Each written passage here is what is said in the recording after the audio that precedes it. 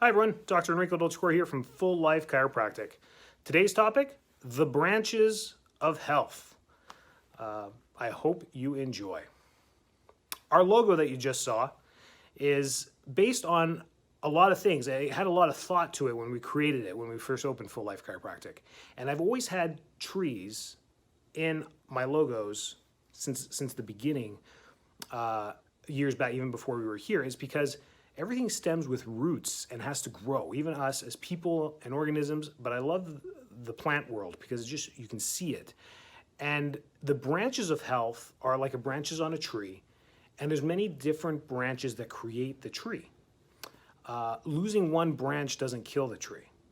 Losing multiple branches or multiple pillars to the tree can kill the tree. It will definitely kill the fruit of the tree, which will prevent it from procreating and recreating. So we're getting off tangent.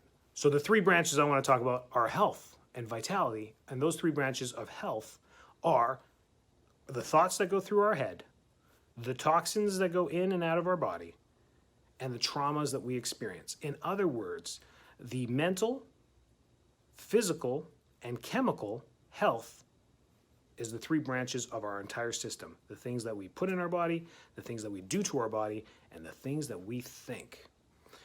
So today's video, we're going to talk about thoughts because I think it is the most important one. And I always save this one for the end because I thought the general public thinks that psychology and mental health is above our heads. I don't think it is. I think we are more aware of our mental health than ever before. And it's time to reverse the scale and really talk about this and bring it to the center of our health because this is where it really is. Mental health, when we first say those words, we think of depression, anxiety, diseases, pressure, stress, the negatives that come with mental health. But there are positives with mental health as well. And those positives can counteract the negatives. When we have a lot of self-doubt, negative talk, and it builds up over and over, and a lot of research out there shows people say anywhere from 200 to 600 negative comments to themselves per day. It's a lot. It's a lot of negative thought that's going through there. But if we start implementing positive thought, a lot of research shows that it can counteract the negative thought. So today's focus is thoughts and mental health. And one great exercise that I crossed recently, I thought was fantastic, I really wanted to share it with you, was the power of getting positive thoughts onto paper because it creates, it interacts and synapses with both sides of the brain. When you have a thought, you take a pen and a piece of paper and you put those together and you actually write down your emotions and how you feel on paper. It creates a whole different way of how you communicate in your own head because you have to think it, you have to physically write it, and typically you read as you write or you speak as you write too, in your own mind or out loud.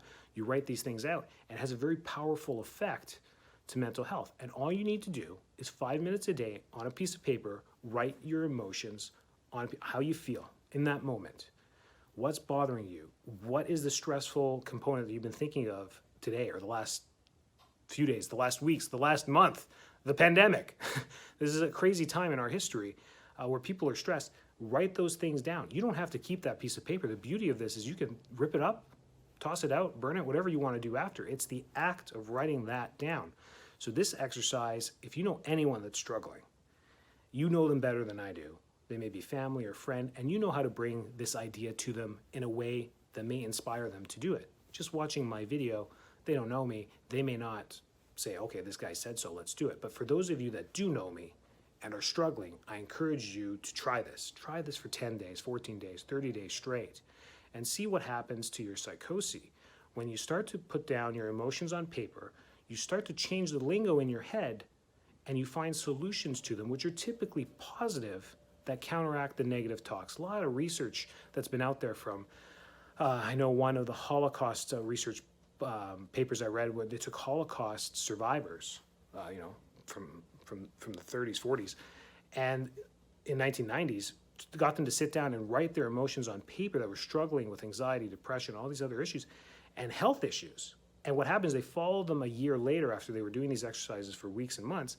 They found that the group that did the exercises was healthier and more adaptive than the groups that didn't. They were able to deal through problems. They did another study with people who recently lost their jobs. Those people sat down. the post conclusion from those people that did the exercise, that the people who lost their jobs and didn't, they found jobs much faster. They were in a positive attitude when they're looking for more work. They just had the coping mechanisms to move forward a lot quicker, which of course gives them more health when you can work and sustain yourself. And there's a lot of other research articles out there that when I was reading one by one, I was like, man, this is really great information. So pen to paper, putting down how you feel each day for 5 minutes plays a huge role in our mental health. It may be an exercise that really helps some people that you love or that are in your circle. So please share this and have a great week.